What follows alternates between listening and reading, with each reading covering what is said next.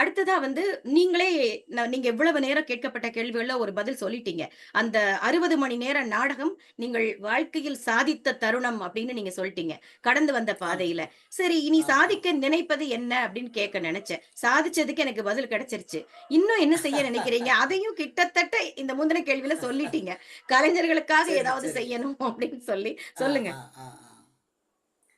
சாதிக்க என்ன நினைக்கிறேன்றீங்களா? ஆமா. சாதிச்சத நான் வந்து கின்னஸ் சாதன ஒரு பெரிய அங்கீகாரமா பார்க்குறேன். அதே நேரத்தில வந்து international film and cultural film festival of Parai அப்படின்னு சொல்லி ஒரு நிறுவனம் வந்து எனக்கு the best Indian folk singer அப்படின்னு சொல்லி ஒரு ஒரு அருமை, அவார்டு எனக்கு வழங்கியிருந்தாங்க. அருமை. சர்வதேச கிராமிய விழா குழுவினர் வந்து எனக்கு வந்து கலை பேராசன் விருது குடுத்துருக்காங்க. இது மகிழ்ச்சி. 3மே வந்து ஒரு ஒரு முக்கியமான விருதா நான் பார்க்குறேன். அதே நேரம் நான் அடிப்படையில ஒரு தமிழாசிரியர் என்பதால வந்து தமிழக கல்வி ஆராய்ச்சி வளர்ச்சி நிறுவனம், அந்த நிறுவனம் வந்து எனக்கு 2 விருது 2 காலகட்டத்தில 2 விருது குடுத்துருக்காங்க. நல்லாசிரியர் விருது 1, இன்னொன்னு வந்து பணித்திறல் செம்மல். ம். பணித்திறச் செம்மல் அப்படின்னு ஒரு விருது. இந்த நல்லாசிரியர் விருது என்னடான்னா, நான் வந்து தமிழ் ஆசிரியர்ன்றதுனால தமிழ வந்து கலை வடிவமா நான் எடுப்பேன். மனப்பாடம் செய்யலாம், பாட்டா பாடி சொல்லிக் குடுப்பேன். சிலப்பதிகாரம் மணிமேகலைலாம் ஒரு சின்ன பொம்மை மாரி போர்டுல வரைஞ்சு போட்டு, இவன் தான் கோவலன், மணிமேகலை, இவங்க மாதவி, அ கோவலன், கண்ணகி அப்படின்னு சொல்லிட்டு படமா வரைஞ்சு போட்டு, இந்த படத்த பார்த்து கதை சொல்றான்னுவேன். கரெக்ட்டா சொல்லிருவானுங்க. இப்ப புக் எடுத்து படிடான்னுவேன். ஏன்னா, காட்சி வடிவம் மறக்காது, வரி வடிவம் மறந்துடும். அருமை. அதுக்காக அந்த மாணவர்களுக்கு எளிமையா அத ஞாபகம் வச்சுக்கிறதுக்காக அப்படி ஒரு மெத்தட நான் ஃபாலோ பண்ணேன். ம். அதுக்கான நல்லாசிரியர் விருது குடுத்தாங்க. ப்ளஸ் வந்து நான் சாதிச்சது ஒண்ணு, 2ஆம் உலகப் போரின் கடைசி குண்டுன்னு திரைப்படத்தில நிலமெல்லாம் பாட்டு பாடியிருக்கேன். ஏழை என்ற ஒரு திரைப்படத்தில பாடியிருக்கேன். வாய்தான்னு ஒரு திரைப்படத்தில பாடியிருக்கேன். நரை எழுதும் சுயசரிதம் என்ற ஒரு படத்தில ஒப்பாரி பாட்டு 6 நிமிஷம் முழு நேரம் பாடியிருக்கேன். ஆ இப்போ போன வாரம் கூட நாற்கர போர்ன்னு ஒரு படத்தில வந்து ஒரு பாட்டு நான் பாடியிருக்கேன். இதெல்லாம் வந்து நான் ஒரு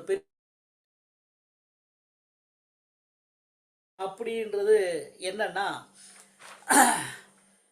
எனக்கு வந்து ஒரு நல்ல நகைச்சுவை நடிகரா வந்து வரணும் அப்படின்னு ஒரு ஆசை. சார்லி சாப்ளின் எனக்கு ரோல் மாடல் அது வந்து.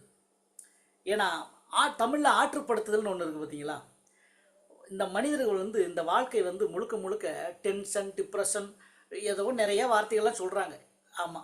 என்னதான் அழுதுக்கு இருந்தாலும் உழுதுக்குறன்ற மாரி, எவ்வளவு டென்ஷனா இருந்தாலும் எல்லா பேருக்கும் ஒரு ரிலாக்சேஷன் தேவைப்படுது. அந்த ரிலாக்சேஷன் எங்க இருக்குன்னா, நகைச்சுவையில இருக்கு. அந்த அந்த நகைச்சுவை என்ன பண்ணுதுன்னா, ஒரு மனிதன அமைதிப்படுத்துது, ஆற்றுப்படுத்துது. அந்த நகைச்சுவை கலைஞரா நான் மாறணும். அ அப்படின்னு ஒரு ஆசை. அ 1. இன்னொன்னு வந்து நல்ல இன்னும் நிறைய பாடல்கள் மூலமா அவேர்னஸ் ஏற்படுத்தணும். ஆ ஆமா. திரைப்படத்திலயும் என்னுடைய பங்களிப்பு நிறைய பாடல்கள் மூலமா பண்ணணும்னு ஆசை. அதேபோல வந்து நான் தமிழ் இலக்கியம் படிச்சதுனால, சாகித்ய அகாடமி விருது வாங்கக்கூடிய அளவிற்கு ஒரு கவிதையோ, ஒரு சிறுகதையோ, ஒரு நாவலோ, ஒரு இலக்கியம் படைக்கணும் அப்படின்னு ஒரு ஆசை. ப்ளஸ் என்னை போன்ற நாட்டுப்புற கலைஞர்களுக்கு மேலும் அவர்கள் வந்து அ நல்ல வருமானம் ஈட்டுவதற்கான வழியை உருவாக்கணும் ஏதோ ஒரு வகையில அப்படின்னு ஒரு ஆசையும் இருக்கு. தவிர்த்து அ அதுதான் அவ்வளோதான். சரி. ரொம்ப, ரொம்ப இதுதான் அதாவது நினைக்கிறேன். சொல்லுவாங்க இல்லையா? உங்களுடைய எண்ணங்கள் எல்லாம் செயலாகட்டும். உங்களுக்கு வந்து நல்லபடியாவே நீங்க ஆசைப்பட்ட மாரி நடக்கட்டும். ஏன்னா ஏற்கனவே நான் இப்ப தான் சொன்னேன். உங்களுக்கு சென்ஸ் ஆஃப் ஹியூமர் ரொம்ப அதிகமா இருக்கு அப்படின்னு சொல்லிட்டு. ஏன்னா வாய் விட்டு சிரிக்கிற அளவுக்கு ஏன்னா ஒரு சோகத்தை எப்படி சொல்றீங்களோ, அதே மாதிரி ஒரு நிமிஷத்துல சிரிக்க வச்சுடுறீங்க. அந்த ஒரு ஒரு திறம் உங்ககிட்ட ரொம்ப அழகாவே இருக்கு. அதுவும் நீங்க ஆசைப்பட்ட மாரி நடக்கட்டும்னு உங்களுக்கு என்னுடைய நன்றி, வாழ்த்துக்கள நன்றி, நன்றி. தெரிவிச்சுக்கிறேன். நான் நெனச்ச மாதிரியே நன்றி. முத்தாய்ப்பாக நீங்க சொன்னது, உங்களைப் போல இருக்கக்கூடிய கலைஞர்கள், நம்ம நாட்டுப்புற கலைஞர்களுக்கு வாழ்வாதாரம் சீராக்குற விதமாக ஏதோ ஒண்ணு. ஏன்னா ஒரு நாளைக்கு வந்து அவங்களுக்கு தேவையானத குடுத்துட்டு, என்னமோ இந்த இப்போ ஒரு விளம்பரத்துக்கு செய்வாங்க இல்லையா? ஒரு அன்னதானம் போடுறேன். வருஷத்துல 1 நாள் அதான், நீ அதான், சோறு அதான். போட்டுட்டு போயிட்டேன்னா, மிச்சம் இருக்க 364 நாள் எவன் சோறு போடுவான்? அப்படின்னு கேட்ட மாதிரி அது பெருமை இல்ல நமக்கு. ஏதோ நம்மளால முடிஞ்சது வருஷம் பூரா ஏதோ கிடைக்கிற மாரி ஒரு வழி ஏற்படுத்தணும். அதுக்கு உங்களால ம், முடிஞ்சத ம். செய்யணும்னு ஆசைப்பட்டுருக்கீங்க. கண்டிப்பாக நன்றி, நடக்கட்டும். உங்களுக்கு என்னுடைய நெஞ்சார்ந்த வாழ்த்துக்கள். சரி ஓகே. நம்ம நன்றி. ரொம்ப உள்ள டீப்பா போயிட்டோம். இப்ப எல்லாரையும் எழுப்பி விடலாம் நம்ம. அடுத்து நான் உங்கள்ட்ட கேட்க நெனச்ச கேள்வி, நான் நெறைய உங்களுடைய இன்டர்வியூஸ்லாம் பார்த்திருக்கேன். அதுல ஒரு ஒரு ஒரு கலாட்டாவா இப்பதான் சொன்னீங்க நீங்க நெறைய இந்த மாதிரி வேலைகள்லாம் பார்க்குறீங்க நீங்க. ஒரு பாடல எடுத்துக்கிட்டு அத வெவ்வேறு நடிகர்கள் பாடுனா எப்படி இருக்கும்? அப்படின்னு நம்ம நேயர்கள வந்து ஒரு ஒரு சந்தோஷப்படுத்திருவோமா? அப்படி ஒரு ஓ! பாடல் ஓ! எங்களுக்காக. நீங்க தண்ணி குடிச்சுக்கோங்க சரி. தோழர். வேணாம் வேணாம் தோல, தண்ணி ஆ. குடிக்கணும்னா எந்திரிச்சு போகணும், இன்னும் கரெக்டாக அடடடா! வேண்டாம். பரவாயில்ல அ, பரவாயில்ல இருக்கட்டும். ஆ, ஆ, நான் அந்த கண்மணி அன்போட காதலன் இதை எடுத்துக்கிறேன். ஆ. இது ஒரு வெர்ஷன், இன்னொரு வெர்ஷன் உங்களுக்கு நான் பாடி காமிக்கிறேன். சரி. இப்போ இந்த இந்த குணா படத்துல வந்த கண்மணி அன்போடு காதலன் நான் நான் எழுதல் மெட்டர் இல்லை கடுதாசியை வச்சுக்க வேணாம் கடிதமே இருக்கட்டும், உன்னை நினச்சி பார்க்கும்போது கவிதை மனசில் அருவி மாதிரி கொட்டுது, அதை எழுத நினைக்கல தான், அந்த எழுத்து தான், அந்த வார்த்தை தான் வரமாட்டேங்குது அப்படின்ற வசனத்தை சில நடிகர்கள் பேசியிருந்தால் எப்படி இருக்குன்னு ஒரு கற்பனை. முதலாவதாக விஜயகாந்த் பேசுகிறாரு.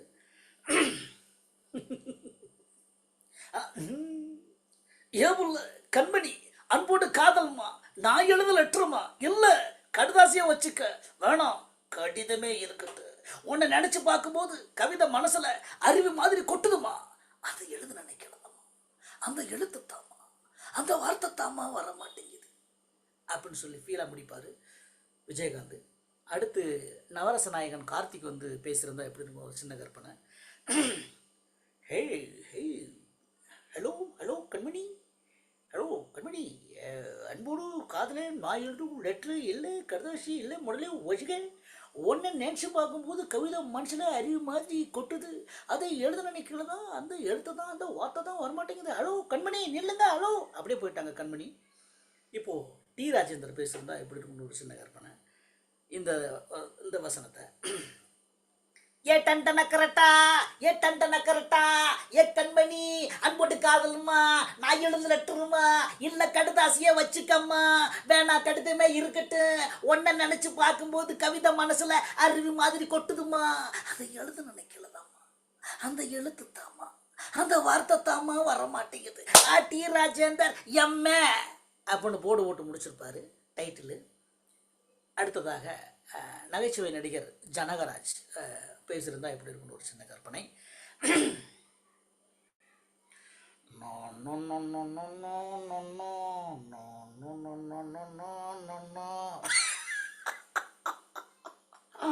கண்முன்னே அன்போட காதலன் நான் எழுதல் லெட்ரு இல்லை கடுதாசியோ வச்சுக்கா வேணாம் கடிதமே இருக்கட்டும், ஒன்றை நினச்சி பார்க்கும்போது கவிதை மனசில் அரு மாதிரி கொச்சினே இது, அதை எழுத நினைக்கல தான் தங்கச்ச நாய் கச்சிருச்சுப்போ அப்படின்னு சொல்லி முடிப்பார்.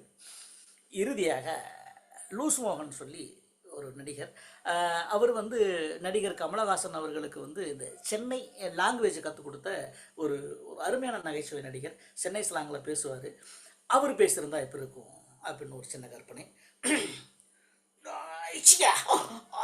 கண்மணியா அன்போட காதல நான் எழுது லெட்ரு இல்ல கடுதாசியா வச்சுக்க ஓனா கட்டமே இருக்குட்ட, உன்னை நினைச்சு பார்க்கும்போது கவிதை மனசுல அது மாதிரி கொத்தினே இது, அதை எழுத நினைக்கிறதான் பேனா உள்ள இல்லாம போச்ச, ஐயோ விட்டுற அப்படின்னு சொல்லிட்டு ஐயா அப்படி கிளம்பாரு. இப்போ இப்போ இப்போ இன்னொரு வெர்ஷன் வந்து இந்த பாட்டு கேட்டிருக்கீங்க இல்லையா, அந்நியன் படத்தில் காதல் யானை வருகிறன்றமோ முத்த தந்தத்தில் முட்டுவன்றமோ அப்பள இதயங்கள் பத்திரம்ன்றமோ ரேம்பாக்குறமோ தூக்கத்தை துரத்தும் டிராகன்றமோ பூக்கள் வெடிக்கின்ற ஸ்டன்கன்றமோ ரம்பைகள் காற்றில் ரிங் டோன்றமோ ரெயின்போன்றமோ. இந்த பாட்டை பழைய நாகூர் கனிபா அவர்கள் ஐயாவும் டிஎம் சவுந்தரராஜன் எம்ஜிஆருக்கு சிவாஜிக்கு பாடின டிஎம் சவுந்தரராஜனும் பாடியிருந்தா அவங்க ஸ்டைலில் எப்படி இருக்கும். இந்த ஒரு சின்ன கற்பனை. நாகூர் கனிபா ஐயா பாடுறாரு காதல் யானை பாட்ட. காதல் யானை வருகிறான் ரேமோ முத்த தொந்தத்திலே முட்டுவான் ரேமோ. காதல் யானை வருகிறான் ரேமோ முத்த தொந்தத்திலே முட்டுவான் ரேமோ. காதல் யானை இப்போ டிஎம்எஸ் சௌந்தரராஜன் ஐயா அவர்கள். ஆ, உங்களுக்கு தெரியும். சிவாஜிக்கும் நடிகர் சிவாஜி ஐயா அவர்களுக்கும் இப்போ இப்போ எம்ஜிஆர் ஐயா அவர்களுக்கும் வந்து பெருவாரியான பாடல்கள் பாடினவர் இவர் தான். அவர் ஸ்டைலில் இந்த காதல் யானை பாடியிருந்தால் எப்படி இருக்குன்னு ஒரு சின்ன கற்பனை. கா கா கால் கால்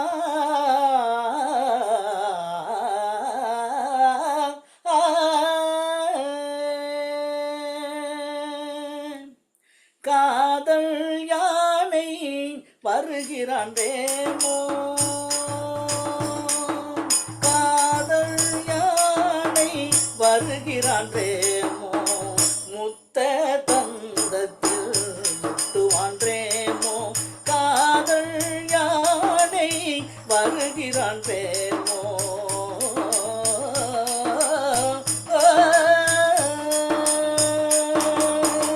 அப்பல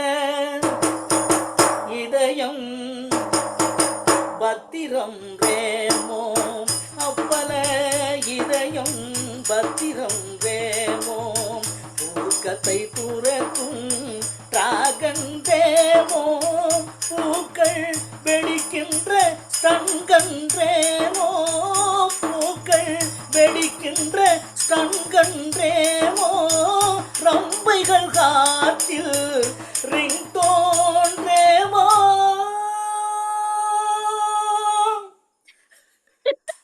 அருமை தோழர். Oh my God! என்னென்ன வச்சிருக்கீங்க உங்களுக்குள்ள? ஒரு ஒரு நீங்க ஒரு தோண்ட தோண்ட ஒரு புதையல் மாதிரில இருக்கிறீங்க. வேற லெவல்.